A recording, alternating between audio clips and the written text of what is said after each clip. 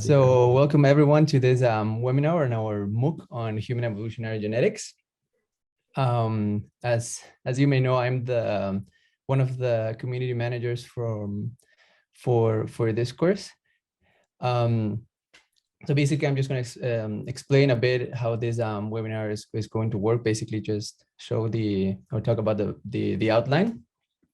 Yeah. So as you know, this is some sort of a like live session. So we will ask you to ask questions on the Q&A chat box that you have there on Zoom. If you can, please make them in English. But if you don't want to, you can also ask them in French. But I guess we'll have to translate them and then ask them in questions. But we can ask the speakers, both Lluis and Etienne, to also say some words in French or simply reply in French as well. So basically, more or less, that's the outline. As you know, I am a postdoc at the Pasteur Institute, and I've been working on human population genomics for the past couple of years. And I'm gonna also ask Malgorzata to introduce herself as well. Yeah, so I'm a postdoc at the Institute Pasteur as well. I work in comparative functional genomics group. And for my PhD, I did a lot of population genetics, but not on human, but rather on birds. Great, thanks. And also we have the two directors of this Mooc, Lluis QUINTANA-MURCI and Etienne PATIN, and I'll also ask them to introduce themselves and maybe talk a bit about the research interest in what they've been doing during the past couple of years. So Lluis, you can start. So hello, my name is, as Javier said, Lluis QUINTANA-MURCI, and I'm professor at the Collège de France and Pasteur. And my main interest is to use human genomic diversity to understand past migrations, admixture, and adaptation, with a particular focus on how humans have adapted to pathogen pressures and how immune responses can be under genetic control, and how this genetic control of immune responses differs between human populations, and how this can reflect past adaptation to pathogen pressures. Great, thanks. And Etienne? Hello, everyone. So my name is Etienne PATIN. I'm a CNRS researcher at the Institut Pasteur. So I've been working in population genetics for several years now, mostly with Lluis because we are working in the same lab, actually. And my interests are to mainly reconstruct the human settlement of different worldwide countries and places, with a particular focus on Africa. I've been working on the settlement and the peopling of sub-Saharan Africa for a while, particularly the Bantu expansions, but also earlier periods of time, in particular the Paleolithic period and the presence of, by studying, the presence of hunter-gatherer populations in the rainforest. More recently, also, we've been working in Oceania now to learn more about the settlement of these regions. Also, I'm interested in learning more about how humans adapted to their environment in general, mostly on the side of pathogens, as Lluis, because we work on the same kind of questions here. And also, I've been doing a little bit of medical genetics as well. So I've been working on searching for mutations responsible for diseases.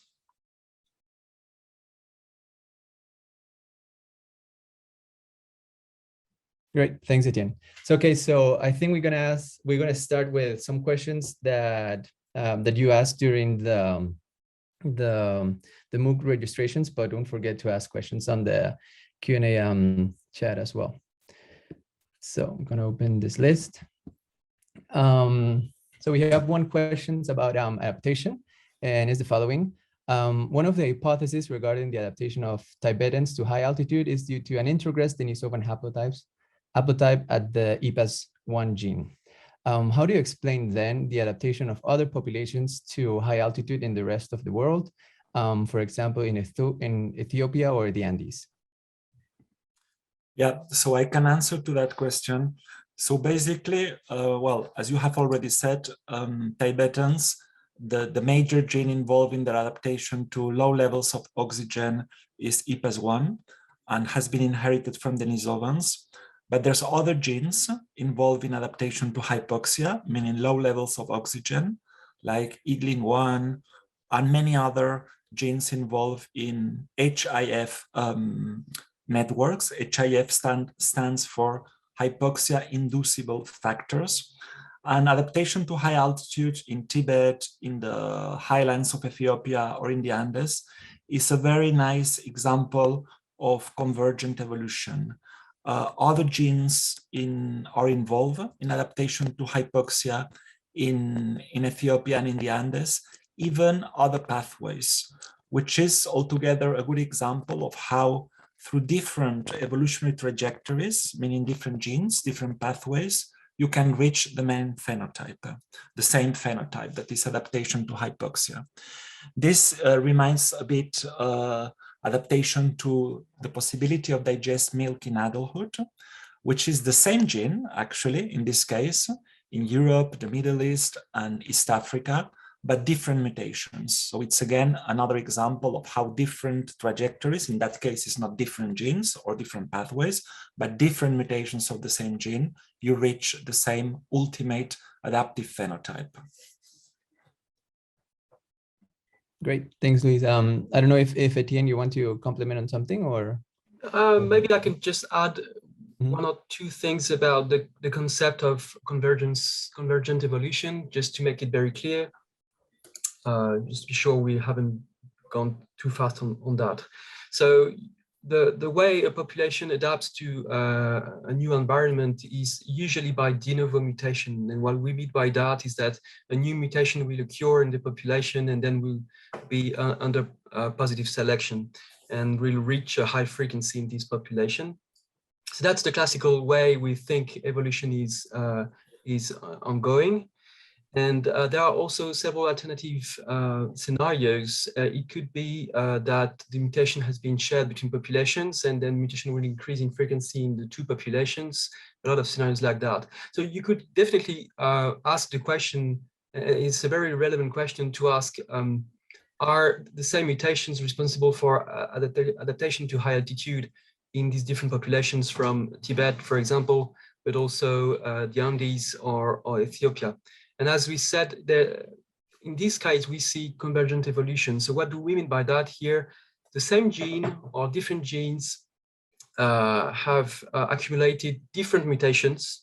They are not the same mutations. So it's like on different places on Earth, the same gene, for example, has two different mutations that will both increase our adaptation to hypoxia, and in this case, so the conditions where you have low oxygen levels. So that's a particular case. We don't have a lot of examples of this in humans. As we said, we have the lactase gene, we have adaptation to high altitude. We also have examples with adaptation to pathogens in the G6PD genes, for example, which protects against malaria. So it seems like it's not that rare anyway. Based on the examples we have in humans, that we can actually say that there has been some examples of convergent evolution, and we don't necessarily have to think that when we have the same selective pressure, we'll have the same mutation that will be under selection. Thanks. We also had a follow-up question on this first question. So basically, how do you identify these genes? So I don't know if the question was regarding the introgressed adaptive haplotype or just how do you identify signals of selection in general? But maybe you can complement as well, Etienne. Yeah. So I can give like concrete examples for high altitude. The different studies that have identified these genes use approximately the same approach. They just compared the genomes of people living in the highlands to people living in the lowlands and who live nearby. So for example, Tibetans were compared to lowland Chinese people. In Ethiopia, it was the same kind of cases where people were, the researchers were comparing the genomes of individuals living in the Ethiopian highlands compared to lowlands. And in some cases, these populations are thought to have separated from each other only 3,000 years ago. But this time period is maybe relatively sufficient to detect a genetic difference between the two groups that are compared. And so to just give you an example for EPAS1, what they did was simply to look at mutations along the genomes of Tibetans and then compared these genomes to, let's say, Chinese people. And they simply look at differences in allele frequencies. So at a given locus in the genome, you could have, for example, two different alleles. It could be A or G, for example. And when you compare Chinese to Tibetans, the G allele is more or less observed in the same number of individuals in both populations.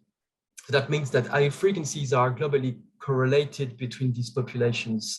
They tend to share a lot of genetic history, so they have more or less the same mutations, and these mutations are more or less at the same frequency, except in the genes that are responsible for adaptation to a local environment, and in this case, high altitude. So it's very simple. So you take the 50 genomes of Tibetans, 50 genomes of lowland Chinese people, for example, and you for each position where there are several alleles, which corresponds more or less to like 1% of the genome, let's say. You compare the frequencies of allele A or allele G in the two populations, and you see if there are some genes where there are very strong differences between the two populations, which suggest that the G allele has been under selection in one population and not the other. Great. Thanks, Etienne.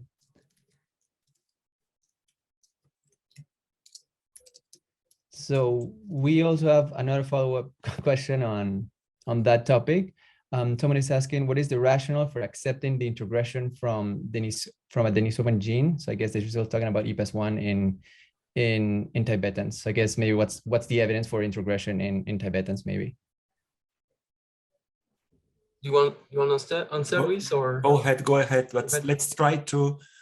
We have just 1 hour. I'm saying that to everybody, so we have to finish all the questions. So if we can be shorter, yeah. Yeah. Okay. So the evidence is the following. When you look at EPAS1, you find a mutation that is at high frequency in the Tibetans. Let's call it the G allele, and this G allele is actually also present and polymorphic in the Denisovan genome. So this alone is not a proof that the mutation was inherited from introgression with Denisovans. You actually cannot conclude from that alone, and you need to do other analyses. Why? Because there are basically 3 alternative explanations to this observation. It could be that the G allele was present in the ancestors of both Denisovans and modern humans. In this case, it was simply inherited by both populations. Or the mutation was present only in Denisovans and was recently inherited by modern humans through introgression.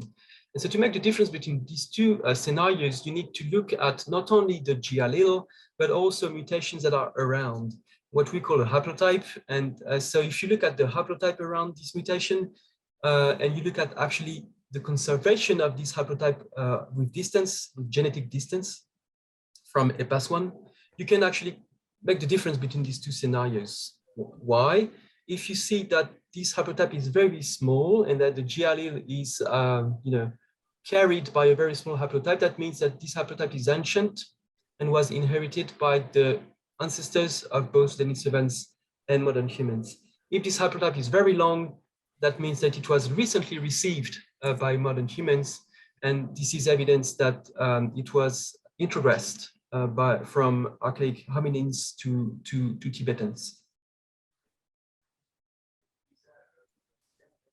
All right, thank you so much. Let's move to the next question. So here we have something related to COVID. So regarding the TLR gene complex and TLR1 gene, is there any knowledge about the possible relationship of these genes with the uncontrolled inflammatory response to COVID-19?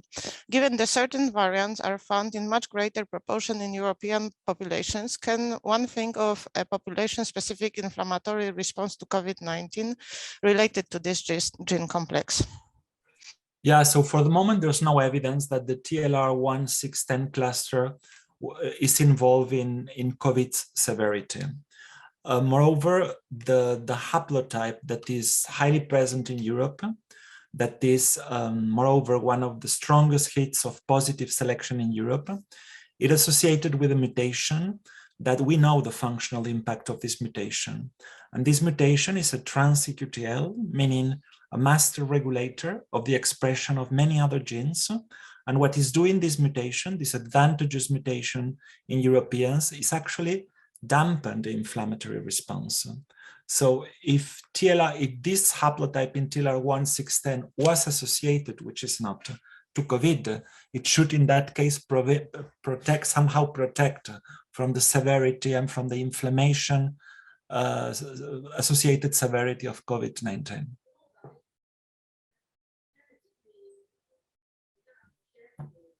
Great, thanks, Luis. So before we move again to one of the questions on during the registration, maybe one that was also asked before.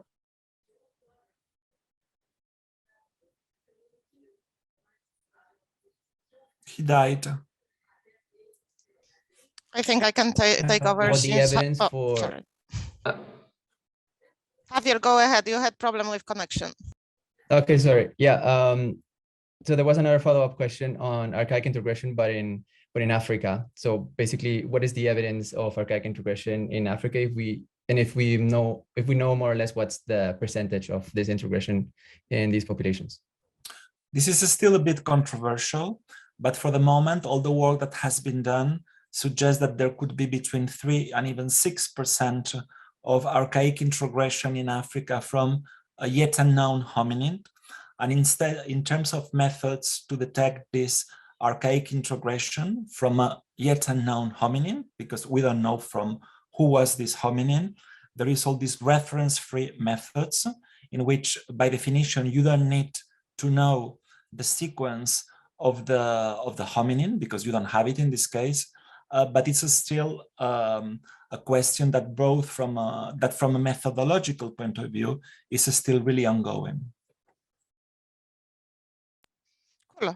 And what about the geographical origin of archaic hominin, such as Neanderthal and Denisovan? How can genomic studies inform us about the origin or geographic distribution? So in that case, yes, genomic studies can inform us, or in any case, give some hints of the possible geographic distribution of these ancient hominins. And this is what, for example, our lab has done, and in particular Javier has been doing regarding the geographic distribution of Denisovans in Asia, Southeast Asia, and the Pacific. And basically, for example, in the case of Denisova, we have just one genome of Denisovan, right? And this genome comes from an individual that lived in North Asia, in Siberia. But what we can do, if you want to understand more the genetic diversity of the Denisovans and their area where they were living, is to take all the introgress segments of Denisovans in modern humans, Central Asians, Siberians, Chinese, Southeast Asians, and Pacific Islanders. And then if we saw that all these individuals, the introgress segments are almost identical, then we don't have really an answer to give. We know that was a bit everywhere, but then it could have been inherited from one population from the other. So in that case, it's not the most informative thing. On the contrary, if we see, for example, that most of the diversity of these Denisovan segments is found in Southeast Asia, and in North of Asia or in the Pacific, the diversity is just a subset of this diversity found in Southeast Asia, one may suggest that the main geographic distribution of Denisovans was Southeast Asia, and then that the other geographic areas were just the borders of the distribution. So that's a way to say it.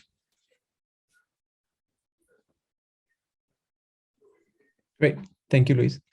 We're gonna ask now another question that was asked during the registration, and now moving to another subject. It was asked, a signal of genetic affinity between Native Americans and indigenous groups from Australasia has been previously reported. How would we explain that it is only found in Amazonian populations and not in other populations across the American continent?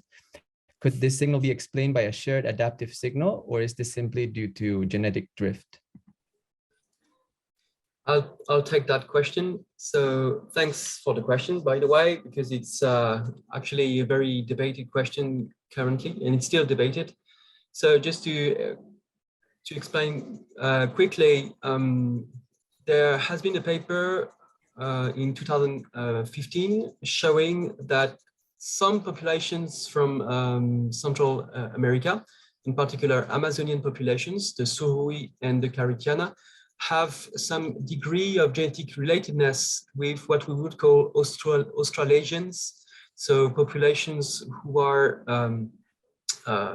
related to present-day Australian indigenous peoples, peoples from Papua New Guinea, for example, and also the 𝐏𝐚𝐬𝐿 from the Andaman Islands. And so based on this genetic affinity, it was suggested that possibly South America was first peopled by a population that was called the Y population, who originated possibly from Southeast Asia, for example. An alternative scenario would be that actually there has been two waves of migration in the Americas. A first wave where most of the ancestry is coming from the north of East Asia, and most of Native Americans have this ancestry. And the second wave would be another from Australasian people who migrated south to the Americas. And so actually the signal could also be explained by the fact that the second wave of migration was a wave by individuals who were already unmixed between East Asians and Australasians. So you would have two waves, one with like individuals related to only East Asians, and another wave with unmixed individuals with both East Asian and Australasian ancestry. Okay, so that's the first paper. Then there has been two other papers based this time on ancient DNA. And in this case, they really wanted to test this hypothesis by looking at the ancient genomes of early human skulls found in Central America, who have some physiological traits, some morphological types that are similar to Australasians, which, by the way, led some archaeologists to think that the first peopling of South America was by Australasians. And when looking at the ancient genomes of these individuals, they actually found no evidence of Australasian ancestry, which suggests that the signal was false, like the initial paper was false, or alternatively, that the Australasian ancestry arrived later in the Americas. So I must here clarify that actually the same authors concluded in 2015 that that there was probably two waves of migration, one being related to Australasians, and a few years after saying it's a false positive. So for the moment, the consensus is more or less that this was a false positive actually. And how could it be? It is because the statistics, the statistical methods that have been used in the first paper are sensitive to strong genetic drift, and the two populations we're talking about, the Surui and the 𝐏𝐚𝐬𝐿, are extremely drifted in the sense that they if you want to count their number of ancestors, there are very few. So mutations in this case change drastically in frequency, and some of the methods are not very they don't work very well in this case. So the consensus is that it's more or less a false positive. However, there has been some news recently, a new paper from a group in Brazil who they studied a large number of Native American populations from Central America, modern populations only, so no ancient DNA here, and they replicate again the signal with more populations outside of the Surui and the Caribbean, some populations from the west coast in particular of South America, and these suggest that maybe there is something happening still. So in general, that's still a debated question, no definitive answer. And probably for the moment, each specialist has his own opinion, but no consensus yet. Just one element I forgot to say. So in the question, it was said, could it be due to like some kind of convergent evolution or evolutionary pressures? My answer would be no. In this case, you don't expect natural selection to have a huge impact on the genome diversity and genomic affinities between populations.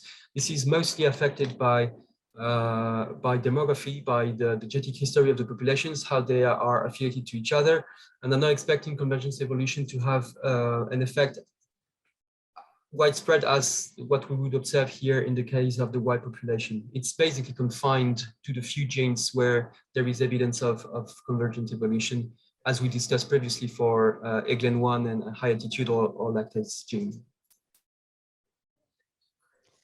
All right, thank you so much. What about modern human? How did they look like when they left Africa? When did we evolve our current phenotype? Can DNA studies inform us about this?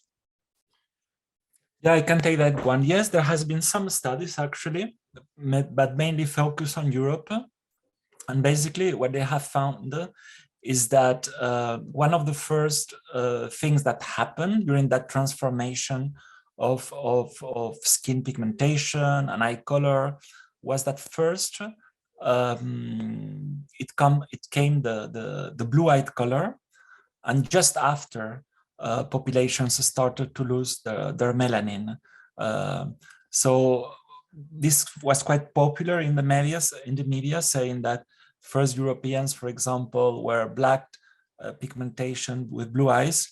Having said that, this is based just on a few, or even a single, if I remember well, a study of ancient DNA. So that's something that still is not super well known.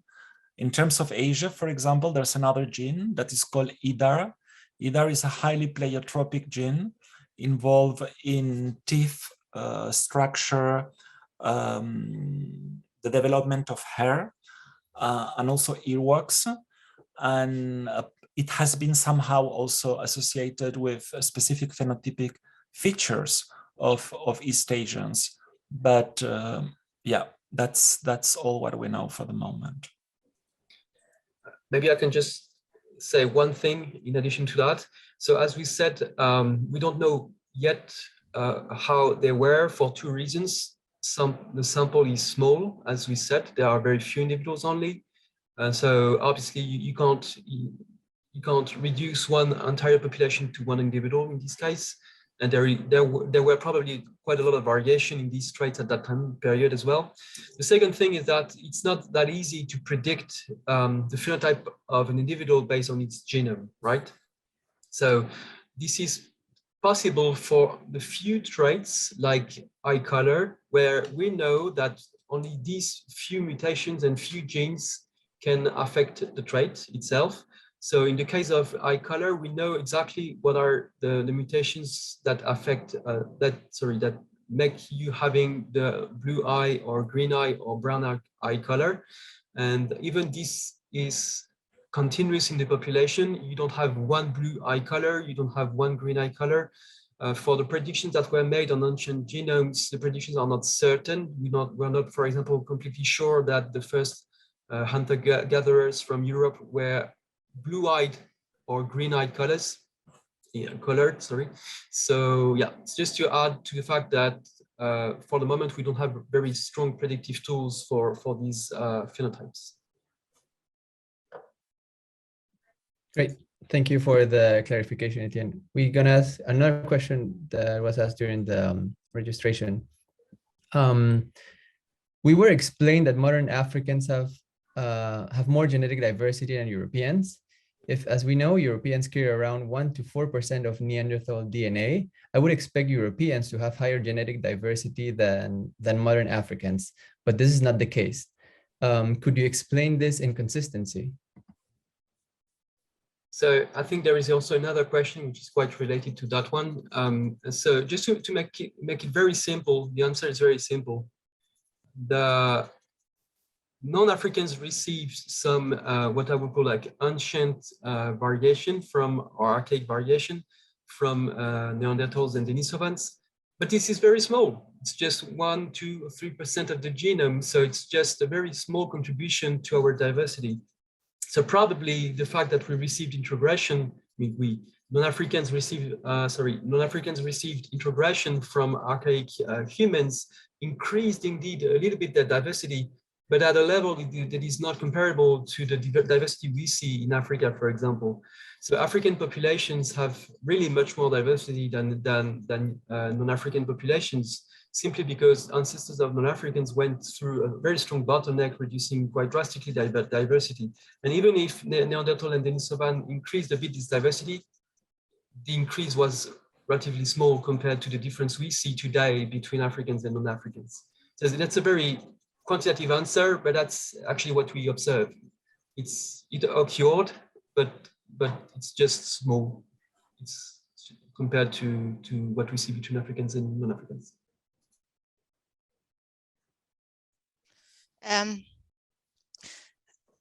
It was explained that the Africans have more genetic diversity because only a small group. It's more or less the same questions, actually. So it will be the same answer. Okay, sorry. Well, and then we have more general question. If you would recommend any books, someone interested in human evolutionary genetics. Yeah, I think there's two. Of course, they are not, because a book is always, I mean, if you want to be really, really updated, you should read reviews, the most updated possible, but two very good books that I would recommend. One is an introduction to molecular anthropology by Mark Stonekin, and the other is Human Evolutionary Genetics, the last edition, by Mark Joblin, Edward Hollox, Thomas Kivisild, and Chris Taylor-Smith. And I'm copying now this in the chat for everyone, like that. You have it. I just put it.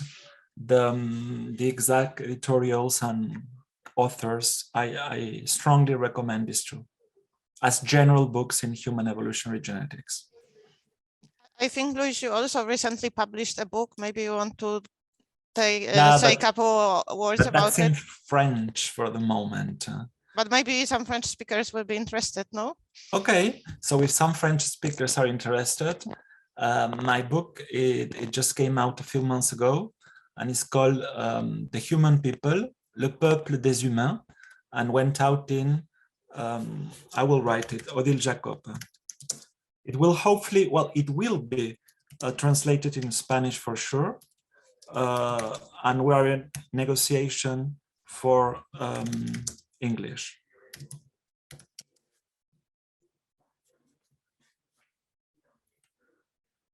Great, thanks, Lluis. Now we were also asked a bit of a more technical question. So maybe you can, I think Etienne already explained more or less how we can detect selection on the genomes, but someone was asking specifically about the population branch statistics. So maybe you can just answer that, Etienne. Yep, sure. So PBS statistic is based on genetic distances between three populations. So you may have heard about this in my course about FST. So genetic distance is simply measuring how two populations are distant at the genetic level. And so when you compare two populations like that, and you see that, as I was explaining, for example, for Tibetans and Chinese, you see a large difference at the EPAS1 gene. You're not completely sure if selection has occurred in Tibetans or in Chinese. So that's the problem when you use these genetic distances. And so the interest of PBS or LSBL statistics that are very related is to take a third population that is considered as an outgroup to anchor the difference, so that you see that, for example, Europeans are close to Chinese at this locus only, and Tibetans are different from the two others. So in this case, you will orientate the distances so that you can say probably selection occurred in the Tibetans. That's basically how it works. To be a little bit more specific, if you want, so you have three populations, you calculate three FST values between the different possible pairs, and you make the sum of two FSTs minus the last FST, and it gives you the score. If you want details, I invite you to have a look at the paper where EPAS1 gene was published. In the supplementary material, you will have the details. I mean, it's not very difficult to understand. It's simply a difference and an addition, so nothing very difficult. The second technical question is about dating admixture events using genomic data. What minimal proportion of ancestry do you need to estimate the time of admixture? It's actually a tricky question. So tricky in the sense that we don't have a definitive answer to the question itself. So you can date admixture if the two populations that contributed to the admixed population are sufficiently different at the genetic level. For example, if you try to search for admixture between French from the north of France and French from the south of France, you're not going to see it. So it's the main parameter is not really the amount of admixture, but when these two parental populations separated. And so why am I saying that? Because actually we can date admixture for Neanderthals and modern humans, while the contribution is just 2%. But if you do the same for admixture between modern populations, like North and South French, if it's only 2% and very close populations, then you won't see anything. You won't be able to detect admixture there. So there are basically three parameters that are important to be able to date admixture.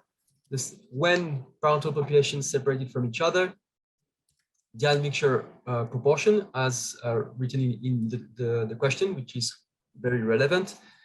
And also when it occurred. If it was very old, then you're not able to date it anyway. So the admixture proportion, my short answer is simply, this has not been investigated in detail, but it basically depends on also all these other parameters. You need to analyze the different parameters at the same time. Great, thanks, Etienne. Then we also had a very specific question about the cheddar man. So basically, what is this individual telling us about migration, I guess, in Europe? I can answer. So cheddar, just to yeah, maybe give a bit of context about that. Yeah, to give some context. So the cheddar man is the oldest human remain found in the UK. It was discovered in South England, and it dates from 9,700 years ago. So it was of interest for archaeologists because it's the oldest human remain found in England. And obviously it was analyzed at the genetic level as well. So the genome of this individual was sequenced. And so what we could learn from this genome is that this individual falls completely into a population that is defined based on the genetic data, and that we call the Western hunter-gatherers. These Western hunter-gatherers are thought to be the first comers in West Europe. They were hunter-gatherers, and also they were characterized by, exactly as we mentioned previously, a dark skin and light eye colors, like it could be blue or green. It's exactly the case for the cheddar man. So there has been a very nice facial reconstruction of the cheddar man that you can see on on the internet if you want to have a look. It's probably not very close to the reality, probably close to the reality, but not 100% sure that it was exactly like that, because as I said previously, we are not completely sure of how accurate we can predict the facial shape or the skin color, the eye color of individuals. And so what we learned basically from this individual is that 9,700 years ago in England, this place was already peopled by this Western hunter-gatherers that we find also outside of England, in France, for example. And so they were all belonging to a large population, which was quite diverse, by the way. And that these individuals were probably of dark skin color with light blue or green eyes. But the Shedderman is basically falling in the middle of all the individuals from this like late Paleolithic period. We had also a very specific question about some background context and maybe some references about the Baker and Corded-Ware cultures, if I pronounce this correct. So a little bit of context as well. So the Baker and Corded-Ware cultures have been defined by archaeologists based on pottery and the shape of pottery in Europe, Western and Eastern Europe. Both material cultures occurred during the late Neolithic and the very late Neolithic and early Bronze Age, so around 3,000 years ago.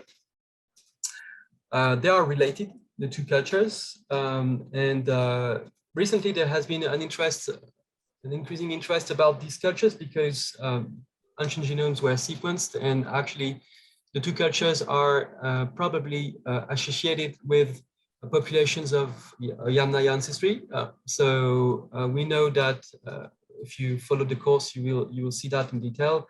At some point, 3,000 years ago, around 3,000 years ago, populations from the Yamnaya culture and the Pontic steppes migrated to Europe, and they brought with them some cultural features, including these potteries, for example. So I'm not going to discuss that for a long time, because there are actually a lot of literature about this. The key things we need to understand here is that these two cultures are quite diverse. And this is also at the cultural level, at the archaeological level, they are considered as like a group of many different cultures. And it's also relatively visible at a genetic level, because they actually have very variable levels of Yamnaya ancestry. Also, these two cultures have played a crucial role in a very big question in archaeology, which is, are cultures moving from static populations? That means most of the cultures are just diffusing between populations that do not move. This is what we call the diffusionist hypothesis. And the alternative explanation, which is the demic diffusion hypothesis, where you assume that populations move with their culture.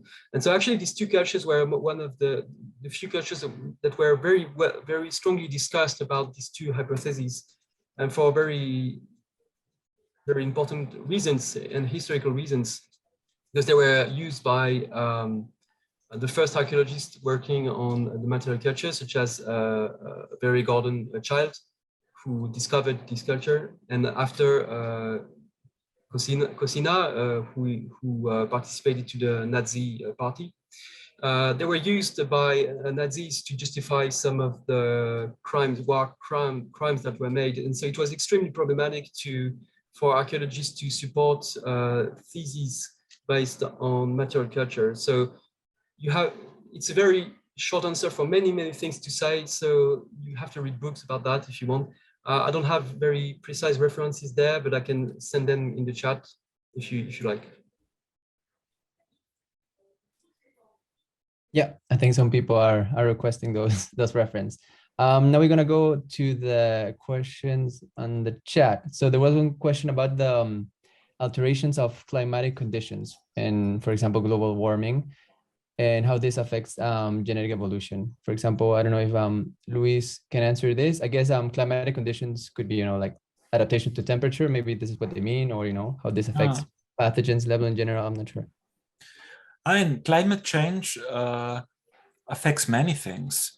Affects pathogen distribution, affects nutritional resources, because many pathogens, as you well know, depends also their virulence on the temperature, and obviously agriculture also depends on temperature, humidity, and waterfall. So yeah, climate change as everything will impact evolution, but for that we will have to wait a number of thousands of years to see which are the impact in our evolution of climate change. Yeah. And maybe you want to add something, because I know you've worked, for example, in rainforest gyre populations where the climatic conditions are also really specific to that environment. Yeah, I was writing the answer in the chat, so I was not following what we said. So maybe I'm going to say the same thing. Sorry. So just yeah, just to say that obviously we keep evolving as our environment is changing. So if the environment change, we will change as well. There's no reason to think that evolution will stop at some point. So obviously there will be if we project ourselves into 1,000 years or in 20,000 years, we will be different probably. Not vaguely, not like vastly different, but there will be adaptations for sure to changes in the environment. As I'm saying that, it's also important to think that the human population in itself is getting more and more connected at the genetic level. So from a long history of population separation, where we were, you know, settling very different parts of the globe, today many people move, you know, in any direction, and so this means that a lot of genetic variation is also, you know, getting into other populations, and we are like sharing all these mutations all together, which is, by the way, important for adaptation, because the more diversity we have, the more, you know, possible solutions to environmental problems we have as well. So we need to keep in mind that it's the way we will evolve will be also a little bit different from what we can think classically, where you have isolated populations from each other, where we don't have gene flow between them, and each population is just evolving separately and differently from each other by convergent evolution, for example. So this will be different. Cool. We have one more very specific question about DMD, Duchenne muscular dystrophy disease, if we know the genetic basis of this and also any selection in different populations. I don't know if any of you know. If not, we can look up the references and share them later. I don't know. I won't be able to answer at all. No. On the contrary, I see an interesting question there, if I can read it. Somebody's asking, does the Morocco oldest Homo sapiens 300,000 years ago shows a highest proportion of the unknown hominin ancestor compared to the African rift Homo sapiens from 100,000 to 70,000 years old? This is a very, very, very interesting question, but actually there's no answer yet, because there's no DNA being extracted from this Homo sapiens from Morocco.